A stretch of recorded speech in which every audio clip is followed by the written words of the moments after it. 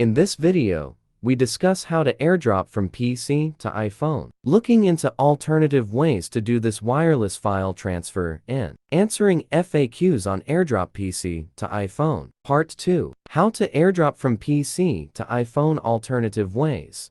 1. Using iTunes file sharing. Connect iPhone to PC via USB. Open iTunes, click Device, choose Apps. In File Sharing, pick App, click Add, choose Files, click Open, then Sync. 2. Using cloud-based services. Open browser, visit HTTPS, Dropboxum. Click Upload Files to upload. Access files via Dropbox app on iPhone after upload. 3. Using Mobikin Assistant for iOS. Mobikin Assistant for iOS is an all-rounded program that facilitates the transfer of a wide spectrum of files such as videos, music, photos, messages, contacts, etc. between your Windows PC and your iPhone device as you so desire. Below are the steps to AirDrop PC to iPhone using Assistant for iOS. Connect iPhone to PC with USB cable. Open Assistant for iOS software. It detects and displays your iPhone.